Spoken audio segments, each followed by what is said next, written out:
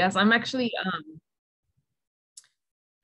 really excited to be able to speak on your call. I mean, there's a lot of people on this call that I look up to, especially you and everybody on here. So I feel really excited and blessed to be able to speak on your call. So yeah, I'm ready. I love it. I love I like that this means a lot to you, Carmen. I think that's great. I mean, we try to add value on these calls. I mean, I'm always looking for feedback. And so, we've certainly, since the conference, had a lot of studs outside of the organization come in and speak and like, oh man, that's amazing. And then obviously looking internally, we had Brennan last week, which was amazing. And everybody's, looking a little closer at their financial statements after Brennan's, call.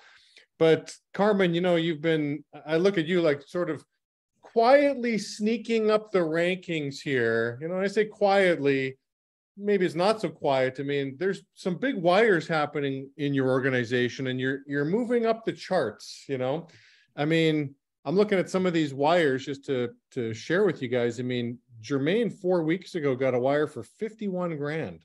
I mean, that's a no joke wire right there. 51 grand, 31,000 after that, 39,000. You're consistently hovering around the 15,000. Tony's trending up. I mean, so again, we just want to showcase you, find out, what's on your mind. What are you focusing on? What's going on in Carmen's world here? Yeah, for sure. I mean, I think what really the team and our org is really what I think is working for us. I think I just kind of broke it down in like 3 things that I think really works for our org. And just kind of first and foremost, it's kind of like unsaid things that we have. So like somebody like Tony, Jermaine, Lucas that are on my org, I think we all have this kind of mentality that really helps us. And I have like very independent guys as well. I think they know what they need to do and they work really hard. So things that I really preach with my crew is I'm a very big believer, it's not my quote, but I'm a very big believer of if you are born poor, that's not your fault, but if you die poor, that is your fault 100%. So I think we all come from some sort of background that we really believe in that. So that's first and foremost. We have like this understanding where we all have these big goals for our future and what we're trying to achieve for ourselves. We want to make sure that we change our own mentality, our own behavior. And I think we have, Sebastian, which is like he's really, really good at teaching that kind of stuff. So I think the team is very receptive to everything that we learn. And like you said, I think it's not so much, it's focusing on the little things that is going to take us to where we want to be. So I think we all have this mentality of like changing our behavior and to ensure that we leave legacies for our children, not leave them with like traumas and problems. And I think we all have that kind of mentality piece. So yeah. And then competitiveness also works for our team. I think Lucas, Tony, Jermaine are extremely, and myself, competitive. And I think when you work with that kind of team that is competitive, it brings a lot of challenges. So I think they're very challenging to work with, which is not a bad thing sometimes. But it's just the fact that they're very competitive really works for us, because I think when one sees someone with the other one winning, the other wants to win. And so that competitiveness really is one of the biggest things that really does work for our org. So that's number 1 right there.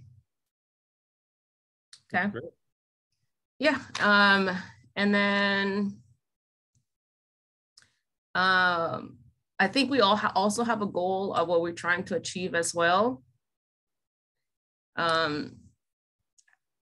Yeah, I just like, there's so many great people. So I want to make sure like I answer any questions or anything like that. But I think we all want to succeed. So they all know that.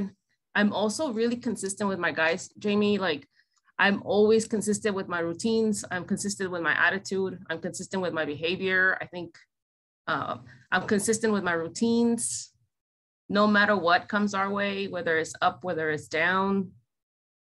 We even if we have challenges with our campaigns or challenges with our personal life, I think my guys know what they're going to get from me, no, whether it's good or whether it's bad.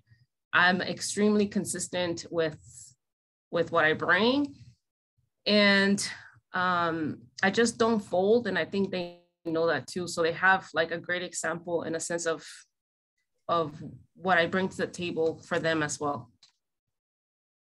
Does that make sense?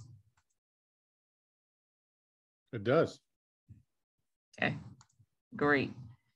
So, I mean, I don't have like a chart of like what really, works for us. I just know like what really does is the mentality and the drive. I think my team works extremely hard.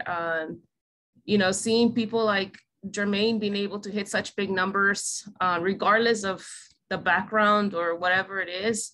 I mean, it just shows what's possible for our organization, and it really builds that momentum that's needed.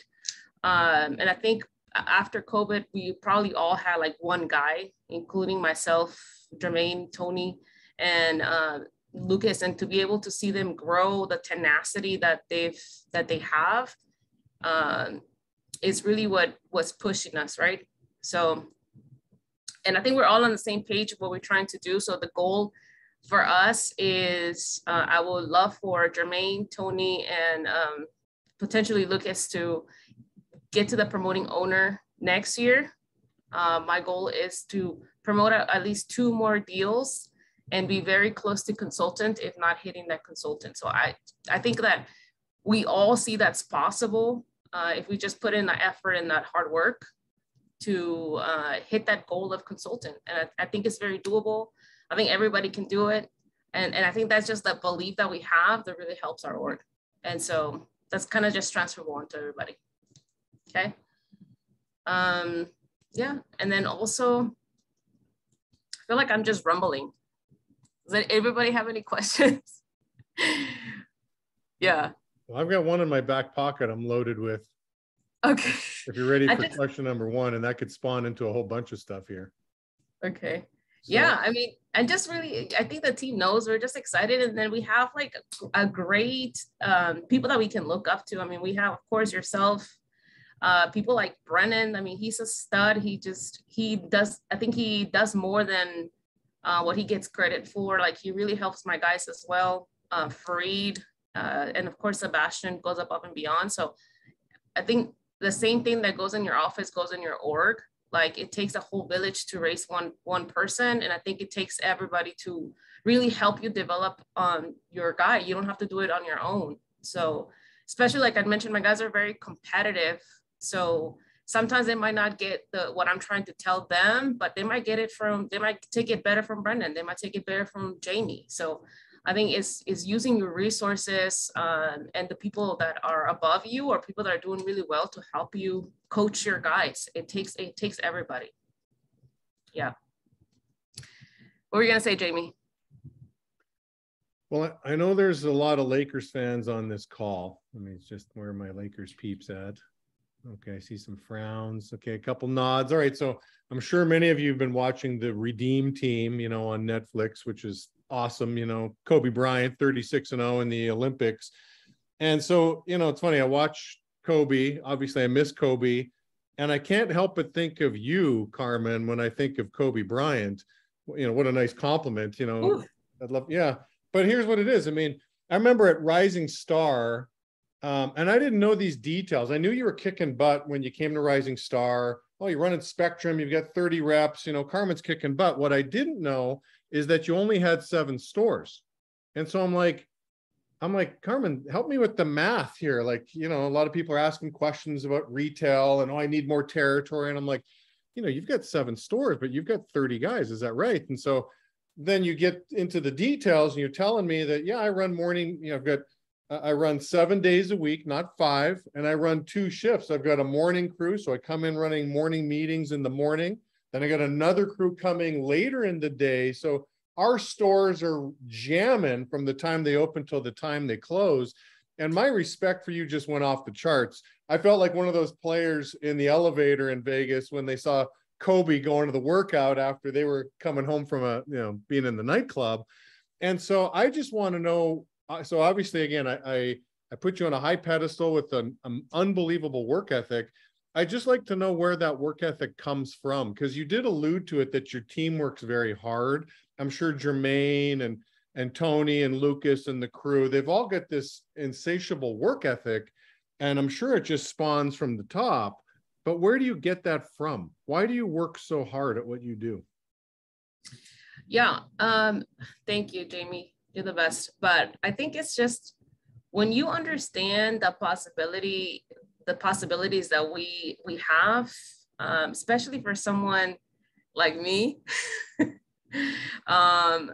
it's like, why wouldn't you? I think that there is so much opportunity in our business, whether it is, I mean, you can be whatever you can make as much money as you want to make. I mean, you have people setting the example with Jermaine making 50,000. And I mean, Brennan, his goal is to make 100K. And so you got to look at it like that. If anybody on this call can make 50, 60, $70,000, why can't it be you? If someone can be a consultant, and have a residual of however much, like, why can it be you? So I think it's understanding that portion. And the only thing that you need to do is just like breaking it down, like just work, focus on what you need to do, obviously develop yourself, learn from the people that are already doing it, give yourself the time, don't quit, keep going, and you're going to get to what you're looking for. So I think if you truly understand that portion, why wouldn't you work hard and why would you quit? You just have to, that's just the mentality that I have. I know that I work, I know if I just stay focused and work on what I need to do daily, not overwhelm myself with whatever, right? Like, that's really where my work ethic comes from. It's just focusing what I need to do daily and understanding the opportunity and where I want to go. I mean, I have great role models. I mean, I look up to you guys big time.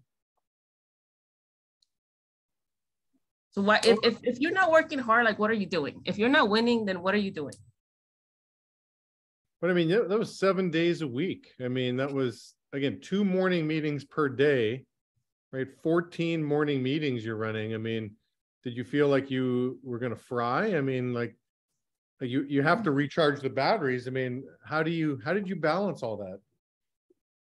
I give it credit all to the team. I think, for example, like when I got promoted from Sebastian's office, Adam came to his office and he literally told me, like, if I was ready to promote.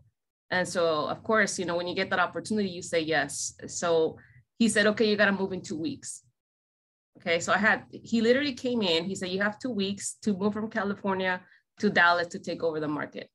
So I gave credit to my team in that area because I was really nervous. I'm like, who is going to go with me? Are they going to say yes? They literally got to move themselves. They have no idea. They got to move themselves from California to Texas, and they have 2 weeks to move. So I got to get a yes from them right there and then. And when I asked my team, they did not hesitate at all. They were like, okay, let's go. Like, that's just the kind of team that we are. And so when it was the opportunity for us to move to 7 days because of necessity, the team did not even hesitate. They were like, yep, let's do two shifts. So I think it just comes with like the kind of people that you have. And then they have to see, like, if you are the owner, if you're the leader, they have to see you doing it and working your butt off to make shit happen, and not just, tell them to do it. So I think my team sees that within myself, of like how hard I work. And they're bought into the opportunity. They're bought into what we're here to do. So I think that's really what you don't really need to recharge. You have to do what you have to do. I don't know how to put it that another way. In other words, like, you got to get shit done.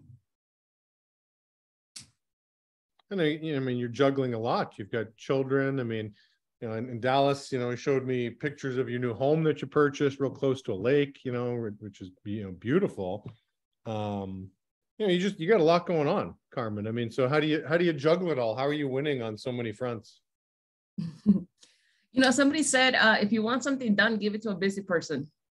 And that's facts. I mean, I'm literally busy like all day. But it's not like, I don't see it like hard work or, you know, like exhaustion or anything like that. I see it as like a privilege. Like I have a privilege to get up early, come to work.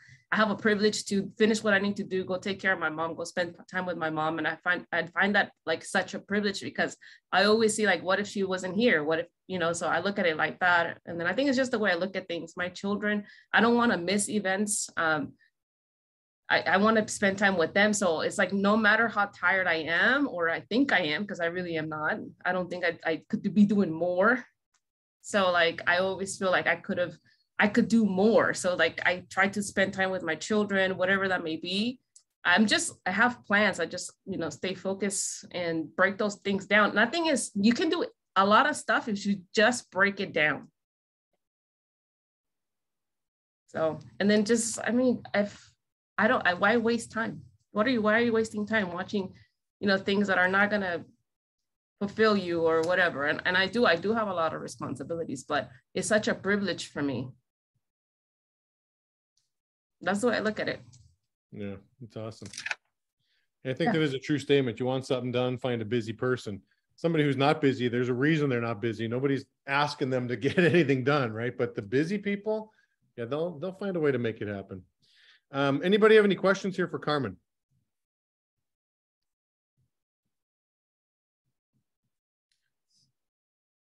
Cool. Well, I'll just drop it off and I'll just leave you guys with these three things. These three things I talk about constantly, and I think it's one of the things that really helps me out and really helps my team. But in business and I think in life, you got to get really good at these three things. And that's adaptability, mental toughness, and stamina. So the reason why I feel like I can do anything is because I have the stamina. I build the stamina daily. And the only way you build stamina, guys, is by exhaustion. Like when you can't know more and you still keep doing, and like winners win when they give what they don't have. So that's how you build stamina. Stamina is not just built by doing little things, but by like doing the shit you don't want to do and when you're tired. So that's why you build stamina. In our business, you have to be able to learn to build that kind of stamina. And being adaptable. I mean, again, we had a lot of changes. I'm on Spectrum. We had a lot of changes that happened to our campaign. And I mean, it's silly if you think that things are always going to be the same. You have to be able to learn to adapt, right? You might have to lose your best guys, or you might have to start all over or change. Things are going to change. Things are constantly changing. So learning to be adaptable is so important. A lot of us, if things are not the way we want them to be, we crumble, or like we expect things to be a certain way. And if the moment they're not that way, we crumble. And I'm okay with being adaptable and changing. And then last is the mental toughness. I mean, mental toughness is learned through your failures and through your mistakes and through your falls. So those three things is something that I touch on with my guys a lot. And I think all of my people have that within themselves. Seriously, like the mental toughness that my guys have, I think it's incredible. From Tony, his toughness, from Jermaine, he's like toughness as well, of just like whatever it is, I'm gonna figure it out. And Lucas. So yeah, I think those three things is really what really separates us. And I think if you want to win in your org and if you want to win in your business, those are the three things you have to develop and focus on. Make sure that you're constantly practicing those three things. That's awesome, Carmen. I got a question for you, Carmen. Where did you learn to be like this? Because I know, I think probably part of it, there's a frame that may be annoying to be like, I'm sure you get asked a lot, at least I get asked a lot on your behalf, like, hey, could you talk to the women in our business and inspire them? And I think I know you well enough to know that it's not really a gender thing. You are who you are, but it is inspiring to women to just see how you show up, and you're a fucking animal. Like, how, men or women, why are you this way? Because there's a lot of people that aren't. And I've coached a lot of women in and out of our business, and I can say safely, you are more of a unique unicorn than not, in my experience. So like, what are the conditions that made you you?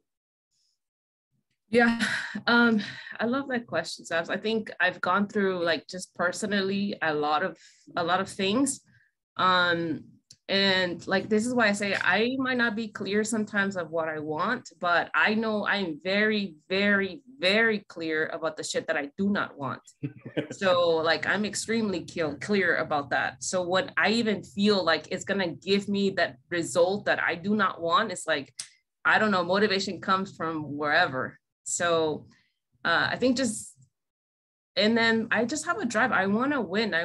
My goals are not just in our org or in here. My goals are bigger than this, and I can't get there unless I become that person that I know I am, that I know I need to become first. So I just have a huge internal drive, and not saying that I'm better than anybody, because I'm not, but I believe I am. Does that make sense? Not that in just in a very humble way, because I'm pretty sure everybody feels the same way.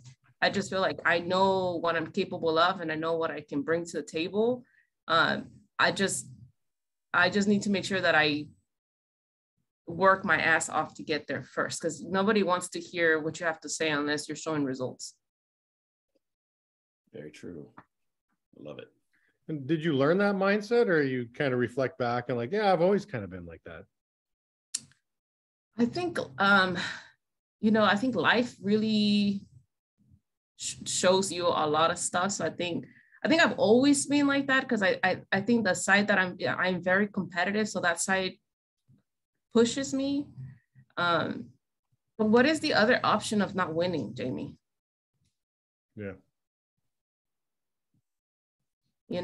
Like, what is the other option? And so just to even think of that, just, it's motivation enough.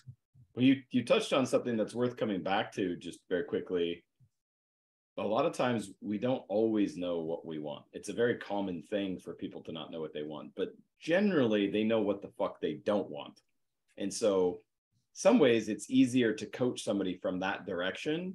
Like, okay, what do you know you don't want? What are you absolutely damn sure you don't want? And you just take those things off the table, and kind of through the process of subtraction, you're left with, okay, well then what is my path, right? If I'm not going to do these things, what is my path? So I use that a lot with people, especially earlier in life, because it isn't always clear. They just know what they don't want.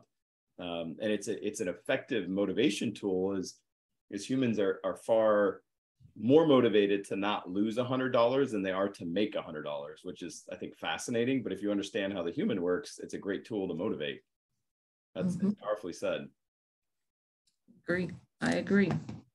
Yeah, if anybody needs a little motivation this holiday season, it's been a couple of years since I've done this, but going to old folks places where they don't get a lot of traffic, the families are busy, they're celebrating Christmas or holidays, and they leave grandma and grandpa to themselves, so I'd show up, my wife would show up, and I took my son a few years ago, would take, people from the office, and spending time with old people, boy, they certainly appreciate young, lively people coming in, wishing them a Merry Christmas and things like that, which is, pretty awesome. But boy, you walk away from stuff like that saying, man, I got to do everything in my power to make sure that's not me. I don't want to be alone. And I don't want to get old and be alone and have my kids put me in some institution and forget about me. Like, I want to be there, at the table, having dinner with them and stuff like that. So, dive deep into that stuff, man. Get raw in your motivation. Seriously. So Carmen, you've got that. Seriously. And those kind of, that's really those kind of experiences that sometimes like we take for granted or we don't experience. And so it's hard for us to stay motivated. Yeah. Or just, seeing that's a great example, or just seeing like children, that don't have any type of, they just don't have any kind of hope. And so like, you have the ability to do that for yourself and your family and others. If you get to a higher level, like, Vera does, it's just, why not? Yeah. Well, Carmen, we really appreciate your example.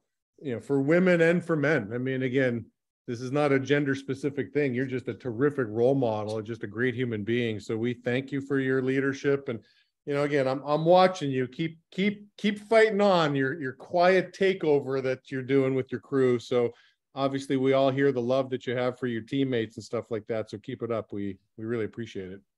Thanks, Jamie. Thank you for having me. Okay. Thanks, guys. Have a great week.